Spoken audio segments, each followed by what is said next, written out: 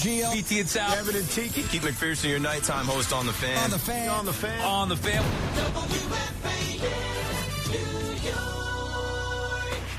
It's WFAN Daily, hosted by Pete Hoffman.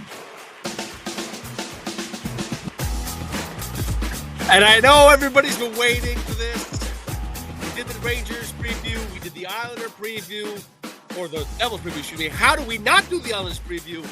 And I am lucky enough to be joined by a friend of mine who we had many nights together, speaking for hours over how bad the Mets and the Jets played. And now we get to talk a little Islander hockey. Michael Fliegelman, welcome to the show. What's up, man? What's up, Hoff? Thanks for having me. And yeah, listen, I'm glad for you having all your success with the middays, but I miss you when I came in for those overnights, willing to stick around until 2 or 3 a.m., just, chopping it up and then cutting my shift in half. Yeah, it's funny. Nobody else wants to hear me talk but you. I go home, nobody wants to hear me talk. But I'll stay with you for hours. It's great. It was amazing. But listen, Mikey, here we go. Listen, the season started yesterday. I wanted to get the preview in before. No big deal. It happens. We can still preview 81 games. Totally fine. You get the first game against the Penguins. And first of all, let's be honest with you, as a Ranger fan, the Penguins are a pain in the ass. They're not supposed to be good, yet they're 2-0 already to start the season. Take a little glimpse of yesterday. How did it feel, first of all, for hockey to be back? But what do you take from yesterday's game? I think last night's game is a lot of what you're going to see with the Islanders this season. This is going to be a team that, they're not expected to be, obviously, a Stanley Cup contender, barely on the fringe of the wild card race and making the playoffs. This is a team that's in transition. Obviously, it's the first year without Lou at the helm, so Darch is in as the new GM. Patrick Waugh is back, and they had the first overall pick last year. Got lucky, won the lottery, and there's going to be a lot of emphasis on the youth this season, while some of the veterans that are still around, some on decent contracts, some on abominations of contracts that Lou Lamoriello gave out. The emphasis is going to be on watching the youth, and in game number 1, you saw Matthew Schaefer set up the first goal of the season for the Islanders with an assist on a nice pass. You saw him as just a teenager. He's 18 years old. He did not look at all out of place on the defensive line, and he's paired with, he's not playing with Adam Pelech or even Ryan Pulock. He's paired with arguably the Islanders' worst starting defenseman in Scott Mayfield. I mean, there was one goal later in the game where Schaefer's in the right position. He doesn't do anything wrong. Mayfield gets beat. They give up a goal, but he looked right away like a pro. And then Shabanov, who they brought in from the KHL, and there's been a lot of buzz about him in training camp that they think they may have caught some lightning in a bottle. He scored a goal in the first game. Overall, the results are disappointing. They lose. There's going to be a lot of that this year where they hang in the game. They play teams tough. They're right there. They don't have that extra oomph to get them over the hump. This is still a team that what's been plaguing them for years is still true. They don't score enough. They used to not score enough with elite defense. Now they don't score enough with not that great defense. But if you as a fan could just key in on the youth and watching the younger guys develop, Schaefer, one of 3 first-round picks in the draft this summer, then there are reasons to be optimistic, if not just for this season, what the franchise can be moving forward. Kind of a mini rebuild and not a full, 5-year blow it all up one. And Matt Schaefer, like you said, gets an assist on the first goal. And he now, I believe, if I'm correct with the stat, is the youngest player to debut in the NHL and record his first point ever. So that's for a defenseman. That's crazy. That's up there with like freaking Sidney Crosby stuff. You know what I mean? Well, and they showed the trivia question during the broadcast. The last defenseman to do it was Scott Niedermayer. I mean, you're telling me that Schaefer can have a career along those lines? Where do I sign for that? Yeah, God. He looked great in night 1. Like, if that was what you were most excited about to watch as an Islanders fan, how does the number 1 overall pick in the draft look? He did not disappoint at all. You talk about, though, the issue around scoring, and that's going to be the big thing with a couple of these teams locally.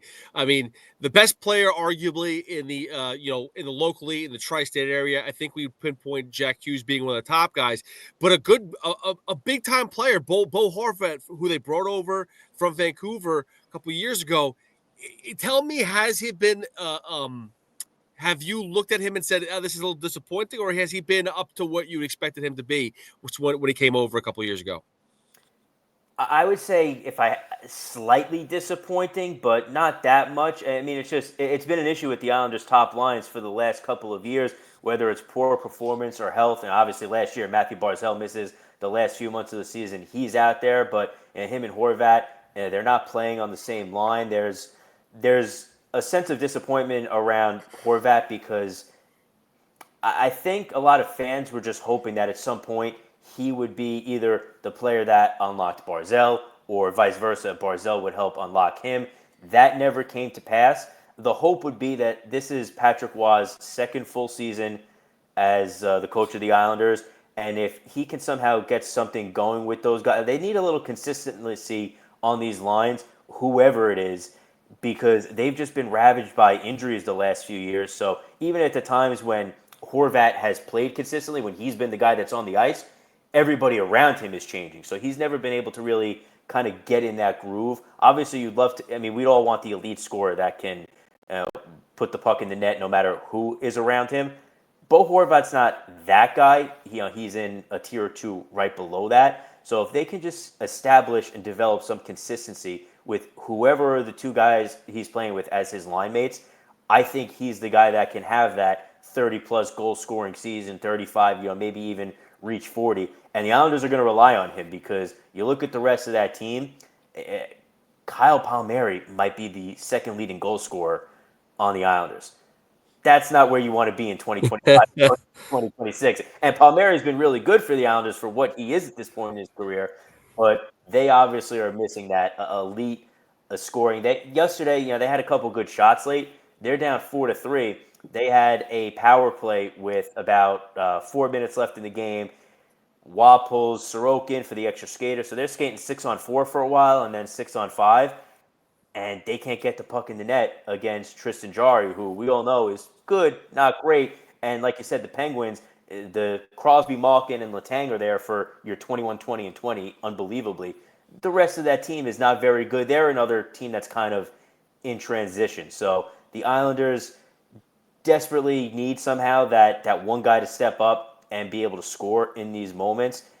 And based on the talent on the team, if it's going to be anybody, it's going to be Barzell or Horvat, and they brought Bo here to do that. Yeah, and you talk about there is a young youthfulness to certain players on this team, but there's also that veteran status too. You still got Anders Lee around here. Kyle Palmieri, like you said, is one of the leaders on this team. And listen, he finds the back of the net, which is always good for Palmieri, but that's not the guy you want to rely upon. Is there somebody else that's going to be able to create scoring chances, or someone that you're looking forward to or hoping that they can make a major jump into that, like either top two lines and put up some significant goal scores for the New York Islanders? Yeah, the hope is that it's Shabanov. And again, his first game coming over, he scored last night. He is the one guy, they brought in the only real major acquisition of the offseason from the top six skaters, Jonathan Drouin, and he also played well and scored on that first goal off of the Schaefer assist in last night's game. So you kind of know what he is, and you're just hoping that a lot of his success the last couple of years wasn't just a result of skating alongside Nathan McKinnon. Right.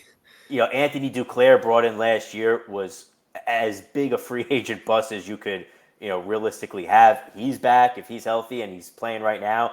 Maybe he could do something, but the one guy that can give you that unexpected jump, because we've seen it from those guys in the league before. So even if they go back to their best kind of career seasons or in line with that, we know what they are. The one with the biggest potential from, hey, we didn't know what to expect at all from this guy, to maybe he does score 20, 25 goals, is Shabanov. And he, like Schaefer, first game in the NHL last night, looked pretty good. Now, Ilya Sorokin is one of the. It's always in the conversation. It's Igor Shesterkin is in with the Rangers. Then you got Ilya Sorokin, who's had arguably just as good a seasons as Shesterkin. I don't remember if he got the payday. I think he's still under contract. He did get a payday, but it ain't what Shesterkin's making. And the one thing that I had a conversation with Silo about when we were talking about the Rangers is that kind of handcuffs your team. The expectations now also are much higher. Now, Sorokin, he's here for a while, but it's not going to be as handcuffing of a contract where you could still make all their moves. But give me where Sorokin should fit for you? Do you think he's making a step for going to have a better season than he did last year? Do you think that he's going? The defense has to be a major part of that too. And with Schaefer being so young, you're thinking there's going to be some growing pains too. But do you think Sorokin is going to be able to at least perform at an elite level in the net? I do. I mean, there's two factors at play there. One, Sorokin's play himself last offseason, so not the one a couple months ago, the year before that, before his contract is kicking in, he was injured, missed a lot of training camp, and just the first couple days of the season. So he ends up playing most of the season, but he didn't have that full ramp-up period that you might like. He has to play better. I mean, Ilya Sorokin last year was probably flirting with a top 10 goalie. The Islanders need to have him back in the top 5 territory. And that's where he's been a lot of his career. So he's certainly capable of it. And the defense in front of him has to be a lot better. Obviously, Noah Dobson is gone. That's a big loss. But you would hope that if Schaefer has the kind of year that everybody's hoping for, and Pelech and Pulak, if these guys can stay healthy in front of him. Obviously, when Mayfield's out there, you're a little worried. And when Tony DeAngelo's out there, you're a little worried because we know he's more offense than anything. Yeah, he's something. It's not going to be great, but especially if they can get the top 4 guys, Schaefer, Pelech, Pulak, and Romanov, if those guys can stay healthy, and the 3 veterans in that grouping have all dealt with a lot of injuries the last couple of years, if they can stay healthy, the defense should be better. But this is a team, take last night's game, for example. They lost 4-3. Ilya Sorokin and that defense are going to have to keep opponents in the 2 to 3 goal range to win a lot of games. This Islander team is not going to win a lot of games if they're giving up 4 goals. What, Mike, the special teams is always a big thing here, whether it's power play, penalty kills. The penalty kill is always a major factor here. If you're going to be down penalties, if you're going to be down 5-on-4, and you can't prevent a team from putting in the back of your net, you're not going to win games either. So, is this power play kill, the penalty kill, is it going to be more significant, or are we looking like they're going to have to be more on 5-on-4s? They're going to have to be the men on the power play to at least be competitive in the special teams. Well, they were a disaster on special teams last year, both the power play and the penalty kill. They overhauled the coaching staff. So obviously the Islanders had the weird situation, not last season, the one before. They fire Lane Lambert and bring in Patrick Waugh during the season. It was after the new year. The team goes on the run, makes the postseason. They didn't make a ton of changes with the coaching staff going into last year. But after last season and how disappointing it was, they missed the playoffs. They made a lot of changes. So they brought in new assistants. They're hoping that it can help the power play and the penalty kill. Now, obviously, it's just one game. The power play, I thought just watching it, it looked okay. I mean, they were able to gain entry into the zone. They got a couple shots off, shots on goal, good looks. Not capitalizing on much, but from where the Islanders' power play was last year, where they would spend 90 seconds of the 2 minutes just trying to enter the zone, it looked better. It looked better than that. The penalty kill last night was bad. And the Penguins were scoring on the power play, and they were scoring early. Like first look, first time down the ice, gain control of the puck, gain entry, move the 1 or 2 passes, shot, score. So that has to improve. I'm not going to write them off, obviously, what the coaches are doing after one game, but that has to be exponentially better. When you're a team on the fringes of the Islanders and you're not leading the league in talent, you have to be playing smart and disciplined and clean on your special teams. And Game 1, a little more encouraging from the power play side, horrible from the penalty kill. I'm going to give them a few weeks to see if they can figure it out. But that's probably going to be, that and health are going to be the 2 differences in whether this team is competing for a wild card spot in the low to mid 90 point range, or they kind of bottom out and are high 70s, low 80s, and looking at being one of those top 6 or 7 teams going into the lottery.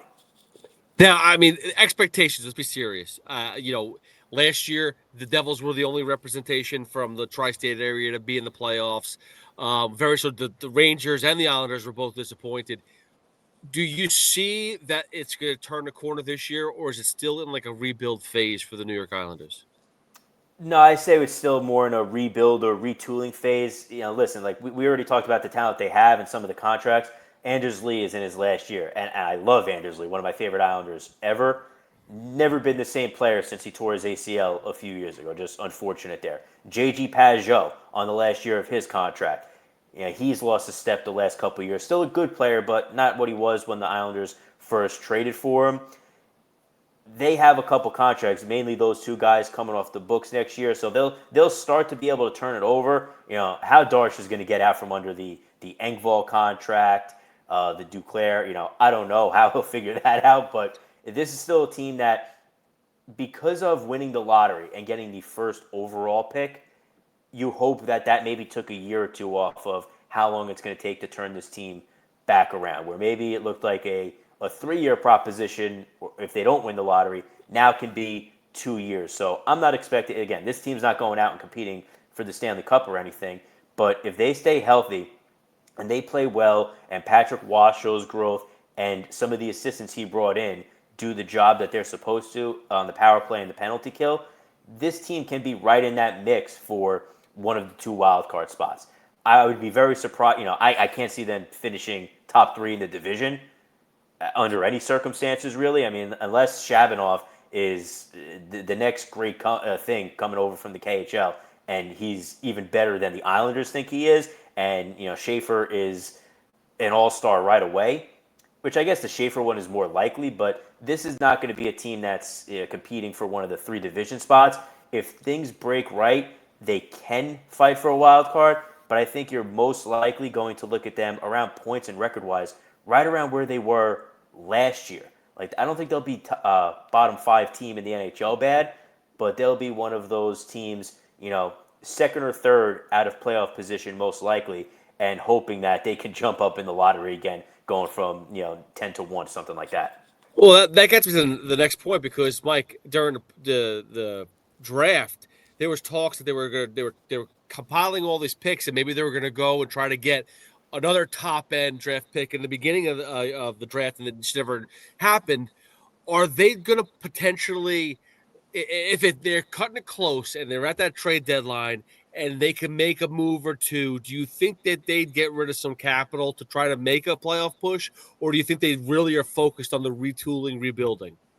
No, I think they're focused on the rebuilding. I think the only way you would see them make a trade, now it's funny because this organization didn't make a first-round pick for 4 years in a row with Lou. They obviously have 3 last year, their own pick, and what they got from the Dobson trade, and they have 2 picks in next year's draft. If there's an opportunity to get a player that is either signed long-term or they can sign long-term that they think, hey, this is a difference maker for us, because they need top 6 skater talent if they can get it. If there's somebody like that, they might move some of those future assets, but they will not do anything. I don't care if they're even in playoff position. They will not do anything that sacrifices in the future years for a rental for the rest of the season. I would be absolutely floored if that happened.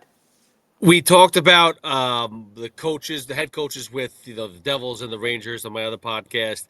Patrick Waugh returning. I love Patrick Waugh when he was a goaltender. I liked him even when he was a head coach at times too. He was a little bit fiery, but it is crazy in NHL where the lifespan is so short. Like 2 years sometimes is really all you get, and you're talking about a team that's going to be rebuilding. Does Patrick Waugh see the end of this, or will he, if it's not good enough, if they're not seeing some sort of growth, is he going to see himself out the door? That's up to him and his players. They could have fired him this season. Obviously, when you're bringing in a new GM and overhauling the front office, the way the entire organization does business, because someone like Lou is so particular, as we all know, in this area from the Devils and then with the Islanders, they could have moved on from Patrick Waugh a couple months ago. I think what Darsh and the front office are hoping for is, one, they like the coach. Obviously, if they didn't like him at all, they wouldn't keep him. But I think they're hoping for some of that consistency to help them. And then hopefully you would think if that does them well in this year and maybe next year, that they would then keep him long-term. In the NHL, this is true in the NHL and the NBA, there's always that chance, obviously we see it with the Knicks, that they could say, all right, we're close, and the last thing we have to do is change the coach. You don't see that in football. You don't see that in baseball, really. No. But I think the hope in that building is that Patrick Waugh is the guy. They felt good about him when they brought him in a couple years ago, and he did for as bad as last year was, and they were dealing with a lot of injuries. Roster wasn't that great to begin with, and they were old. He kind of inspired and spurred that run that sent them to the postseason 2 years ago when he took over in January. So there's optimism with Patrick Waugh. I hope I guess with any NHL coach, if you ask, is he here in 4 years? It's like the NFL. You just default have to say no. But I sure hope so. And I think they really hope so. And I think they're going to be patient with him, knowing, hey, there are some built in limitations here. We're not going to punish him for this, this, and this, knowing he doesn't have the personnel for it. But in these other three things where we're looking for growth, development in these areas, like the special teams we talked about, and bringing in his assistants of choice, if he hits on those things, he could be around for a while. Michael Fliegelman, I want you to talk about the Islanders, but you are a Mets and a Jets fan as well. I mean, you are the trifecta of hell, and I am so sorry. Thank God that I have quit the Jets. I've told everyone that I quit the Jets this year. I hung them up. I am a Giants fan this year. I feel bad for doing that, but I actually don't feel bad when I've seen the product that's on the field right now. I know it's Aaron Glenn's first season, and there's going to be the growing pains. We just freaking talked about this with Patrick Waugh and a rebuild and stuff like that. But how do you feel so far with this new regime? And B, tell me again how good Joe Douglas was at his job, because if this team is as bad as it is, I can't tell if Aaron Glenn has no clue what he's doing or the roster's just terrible. I don't think the roster's terrible. I don't think it's good. I just don't think it's terrible. Listen, I gave up on the Jets too. They made laughably bad hires in the offseason. I don't want to pile on Aaron Glenn because obviously I loved him as a player when I was growing up, and he was the first great Jet cornerback of my childhood, but he looks completely in over his head. I thought it was going to be a bad hire, and then it's turning out to look even worse. This is a franchise that should be already thinking. Now, they never will, and the reason I'm done with them is because this owner's never going to get anything right, but they should already be planning in those back rooms, hey, we hired a GM that nobody else even had interest in talking to, and we hired the wrong head coach. If we have a top pick in this draft, look at what Jackson Dart did for the Giants last night. Look at the hope that guy is bringing the organization. The goal should be what it should have been the last time they hired a head coach a couple months ago, the time before that when Robert Saleh was hired. And I know some fans don't love to hear it. Get the right offensive mind. Let him pick his quarterback. Go from there. And until the Jets do that, again, you're watching the Giants a couple weeks ago with Russell Wilson. We thought, this is going to be one of the worst teams in football. Then last night, they don't just beat, they pound and dominate the Philadelphia Eagles, who I don't care how many problems they're dealing with. That's a team that just won a Super Bowl. They were 4-0 10 days ago. Like, that's a good football team for whatever's going on. And the Giants, took them behind the woodshed and just destroyed them. That's what matters in the NFL. The rest is important too, but it comes after that, getting the right head coach. And I hate to say it with Aaron Glenn, it seems like the Jets do not have the right head coach. And it doesn't make a difference what sport you love, what team you root for in the tri-state area. We can all agree, F Philly. Like, we can't stand them. So whenever Philadelphia loses, no matter what, hell, the Dodgers, I don't want to see them win the World Series, but to see the Phillies get knocked out yesterday was an amazing feel. Yeah, listen, I don't have love for the Dodgers, but, you're asking me, who do I want to win that series, Dodgers or Phillies? Dodgers 1,000 times out of 100. So get the Phillies out and to watch that happen. I feel bad for Orion Kerkering. Sure. I do not feel bad for the Philadelphia sports fans, of course, their teams or anything like that. To watch that happen, like imagine the Philly fan, they watch that, they're miserable, they're sick to their stomach, and they think, all right, well, let me just turn on the football game and hope the Eagles can save my night. And then you see they're getting destroyed by the New York Football Giants, who haven't had a game like that in prime time. It feels like in 10, 15 years. What a shame. Those poor people of Philadelphia. we feel so deeply for them. Something I got to talk about, though, with the Jets real quickly, and I do want to touch on the Mets as well before we let you go. This is now the second time a defensive-minded head coach has taken over, and it feels like the first year under this coach, the defense actually takes a step back. Like, look at Saleh. I think he actually got the defense working pretty well in the second, third year. We got better progressively. But that first year was awful.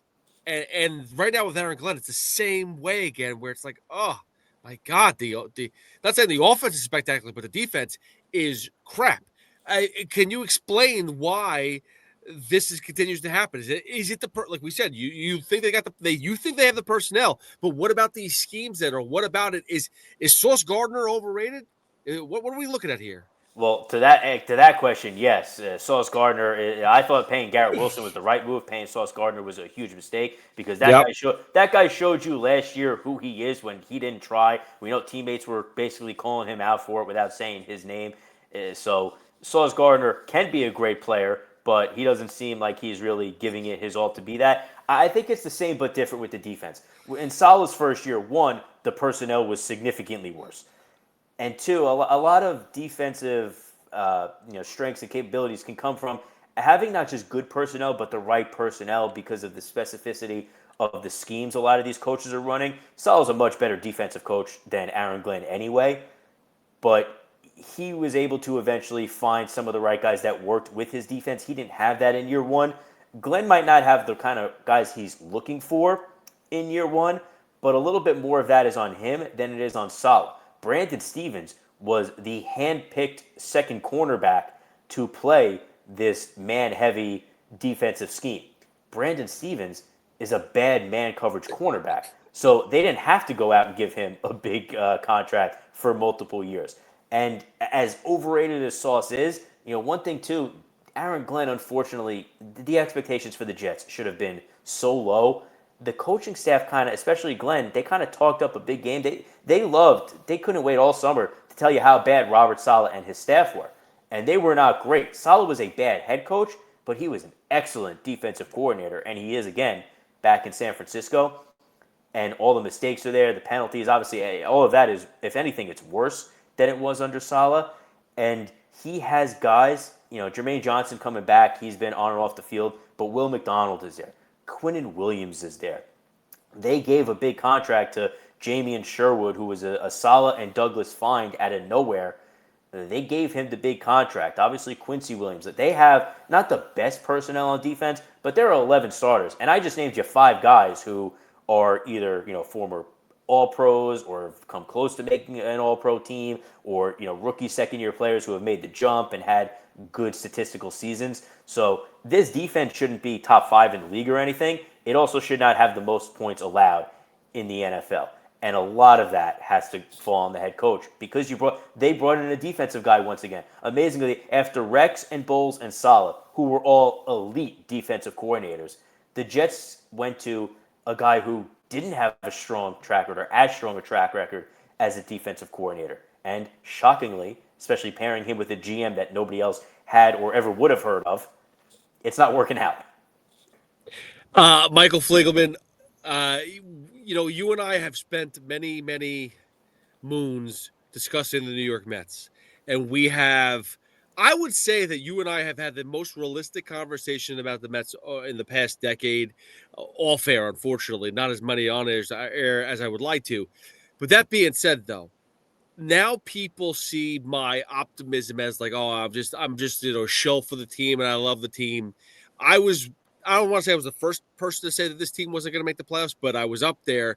I basically knew in the Phillies series that this was going to be another collapse. It was going to end in That was Miami. the moment I knew too. After that 1-0 loss, the McLean game, when Pete Alonso gave DeComo that quote after the game about if the playoffs started today and blah, blah, blah, the talent right there, that's when it dawned on me, oh, this team has no idea the situation they're in. The manager does. He's kind of hinting at it, but the players aren't catching on. Yeah, and that, so I felt that like I was early to the party, and people are like, "Oh, well, now you're just putting on an act." I'm like, "No, that's honestly. Do you see what's going on? Have you watched the team all year? As disappointing as it was, do you find optimism in a season like this?" Not in a season like that, but overall, I can find the optimism because I still believe. And look, you and I, one of the things we had agreed with off the air forever was how bad the state of the organization was. And I'm talking you and I having conversations like 2016 as they go to the wild card game, and the few years after that, under Sandy and under Brody, about how poorly run the organization was, top to bottom. Not just looking at the major league roster, but the farm system and drafting and development, where they were miles behind every other team in the league, including the really bad franchises. So I'm optimistic because I do think they've done a good job for the most part since Steve Cohen took over, and then with David Stearns with really emphasizing the development, first procurement and then development of young talent internally, especially with pitching, because God knows the Mets went 10 years. Nolan McLean was great. The last exciting starting pitcher debut for the Mets was 10 years ago. That's a long time. That should never, ever happen. So I'm optimistic, and the one thing I'm hopeful for with this season as I try to look for silver linings, because, listen, it was horrible. And this is something that group is going to have to wear for the rest of their lives. That's a collapse. It's an embarrassment with the payroll and with the talent. There's no excuse not to be in the playoffs, and we shouldn't make any for them because, it's just completely unacceptable and a stain on all of them, at least until they win a World Series, and honestly, maybe even beyond that. But I think there have been changes needed to this team for a long time. And I joked when Steve Cohen bought the team, I would trade DeGrom and everybody else, and I would just rebuild. And I knew it was never going to happen. Nobody actually wanted to do it, but I thought this team needed a rebuild and an influx of young talent. It didn't happen for years after that. I understand why Steve Cohen, while building the farm system, they said, hey, we're going to use money to try to compete in the interim because the fans have expectations. He has the money. He doesn't want to sit through 68 and 94 seasons. Let's go try to win.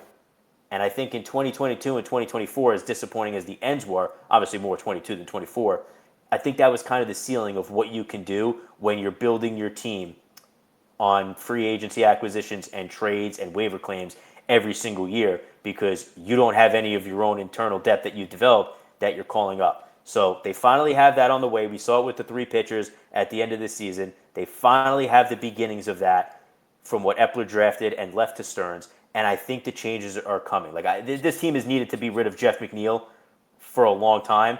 I wanted to sell high on him after the batting title. He's been a disappointment in 4 of the last 5 seasons. Get the guy off the team. Enough.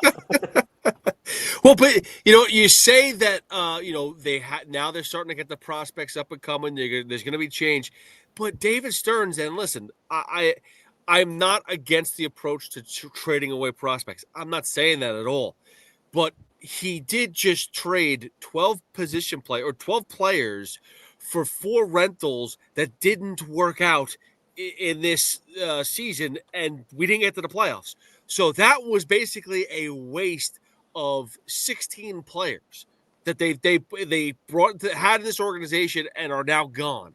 Where I'll push back there is they chose to deal from quantity over quality. Some teams will take that on. Some teams, and the Mets were in this position in past years, where they need to take the 3 guys who maybe have a 10% chance of working out instead of the 1% or the one guy who has a 40% chance of working out. So they dealt from the quality. They didn't deal from any of the top guys in the system. They got rid of the quantity. And a lot of those guys, again, as we pointed out around the trade deadline, a lot of the guys Stearns traded away were not the guys that he brought in. So I think they just gave up on a lot of the guys that they didn't necessarily believe in. So, yeah, obviously it's a different argument whether the players worked out or not, and they most certainly did not. But I still believe in the overall philosophy of this organization. And when you look at some other teams in the postseason, you have to have your own talent. And I think one was a lack of that with the Mets, obviously forever, especially on the pitching side. Starting pitchers, they had gone 10 years. When's the last time the Mets developed a reliever? This is one thing you and I always used to talk about. Why aren't the Mets one of these teams drafting these kids who throw 99 to 103 and drafting or signing with international signing, bringing in 10 of them per year and finding the 2 or 3 that work out? They just didn't do that under Sandy and under Brody. So the Mets haven't had those guys where other teams, I'm not saying you're going to fill a team this way, but those can be 1 or 2 of the relievers in your bullpen, and you're relying on trades or free agent signings to fill 4 spots instead of all 7 or 8. You don't have to be as active with DFAing guys because you'll have guys on your own roster who have options, so you can send it back and forth to the minor leagues. It's just there was an organizational incompetence, and Stearns hasn't nailed everything yet. Like we'll find out. It's going to take a few years whether his draft picks with the Mets, what they turn out to be. The Brewers would indicate, okay, the guy kind of knows what he's doing in that department, but there was an organizational incompetence with the Mets for a decade that nobody paid attention to. That is the root cause of almost everything you're seeing with the team right now, and hitting on a guy like Pete Alonso, who we all love and we all should love. And even, I know you're not the biggest fan, but for what baseball draft picks are, all things being fair, they hit on a first-round pick in Brandon Nimmo, but hitting on two guys like that, Brandon Nimmo was drafted in 2011. Pete Alonso was drafted almost a decade ago, 2016. It's been a while. That's it. That's a long time ago. Yeah. And again, no starting pitchers in that time, and no relievers. I guess David Peterson is the one maybe okay starting pitcher you would point to, and he's as responsible for the collapse as anybody, because if he doesn't fall apart, if he has one good start instead of 3 or 4 horrific ones, they're in the playoffs. Hey, if you also call up Nolan McLean maybe a game or two earlier, maybe you win one more game as well. There's so many different things we could talk about the season. And that's where David Stearns, I feel like, is trying to be way smarter than everybody else. And I feel like sometimes it fails. It's funny because you said it too. Like, okay, now we can start optioning people more rather than just DFAing. Like this cycle, and it's so ridiculous. We're going to do it on a Rico Bronya podcast. The cycle with the DFAing, with the relief pitchers, I mean, it is outrageous the amount of guys that got DFA'd, then got unclaimed, then came back to the team, and then got called back up again. It's stupid. It actually should be illegal. It's that annoying. Listen, it is. I agree with you. It's horrible, but I think people just pin that on the GM. No GM, no even manager wants to have to deal with that. That is a result of them not having guys that came from their own organization that they could just kind of send up and down. Yeah. That's where that mostly comes from. Well, listen, Mike, I appreciate the time. We should do this again very, very soon. Definitely when the Islanders and Rangers get together, we should do a little podcasting. But we should just catch up anyway, even off air. That'd be pretty dope. But I need you to have one of those giant road trips where you just come and try to kill like 10 hours at the station, and we end up just chatting for a while. That's what I need. I need one of those late night flights for you. I should have done that last night because I got home at 3 a.m. and I didn't get much sleep. So I should have just come and hang out with you. That's probably what I should have done, and listen to C-Mac in the background and just be BS with you for a couple hours. But listen, thank you so much for the time, Fleegs. As always, I appreciate it, man. And let's go Islanders.